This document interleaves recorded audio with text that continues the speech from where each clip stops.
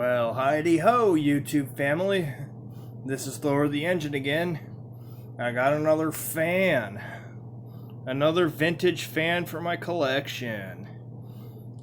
This one, I've been waiting for one for a while. This one is a Penncrest Model 100.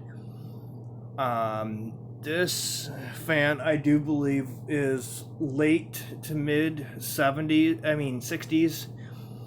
I would have to ask either Bo Mitchell or Troy the Fan Man, or somebody like that who knows the exact year of this fan.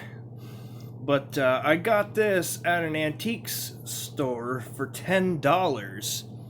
And the guy originally didn't want to sell it, but he told me he'd be interested in selling it. And I thought, seeing what he had around, I'm pretty sure he's going to ask like $100 for it or something. And he said $10, and I was on it. I snatched it up quick. It was not this nice when I got it, though. Let's take a look at it, though. It's got some rust on it. But that's just kind of what you're going to get with these old fans. The tag that goes in here is missing the sticker that goes in there. But this is the Penncrest Speed Control Model 100. The most interesting thing about this thing is how thick the frame is compared to a regular Lakewood. But, this is pre-Lakewood. I don't think Lakewood came into the picture until around, the 1970s or so. Late 60s, later 60s. I'm not sure, but this, for a 60s box fan, this thing has a plastic cover on the front of it, but it has a metal one on the back. So that's pretty unique, especially for a fan from the 60s. You wouldn't think there'd be plastic on it, but it's got the 3 metal blades. These are the 4 rivet blades, where they're mounted in more towards the center of the wings on the propeller, which make it really nice, really. So we'll take a look at the back of this fan. It's got a Fasco motor in it.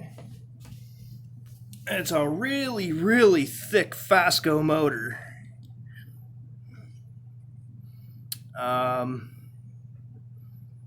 It's a really, really thick, but powerful Fasco motor. The one I had when I was younger, I think had a Westinghouse motor. I can't really tell you for certain, but I'm pretty sure I wasn't really big into motors and stuff back then, so it probably was a Fasco that I mistook for a Westinghouse. But anyway, the nice thing about the back cover is this just pops up like this, snaps off.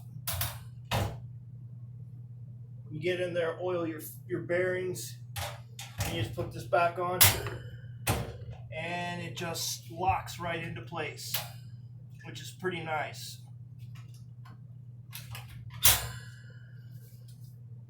I did replace the cord on it. I put a grounded cord on it. And yeah, I've been looking for one of these since 2007. So here's the replacement. And it is on high.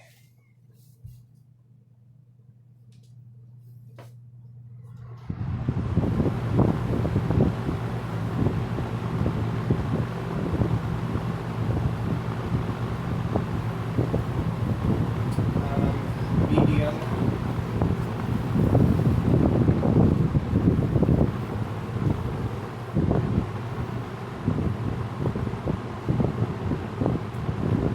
And finally low.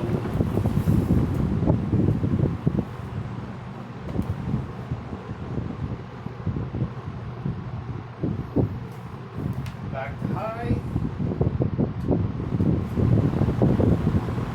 And in the words of Tori the Fan Man, OFF spells off.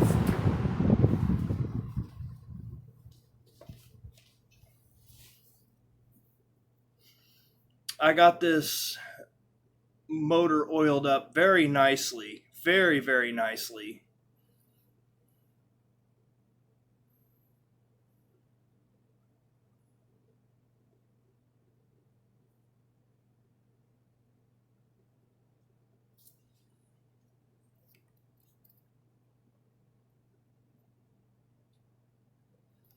Just look at the vintage glory.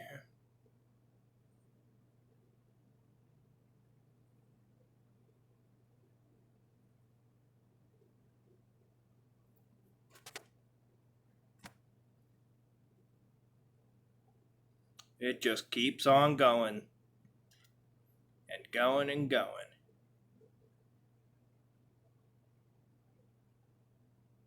Yeah.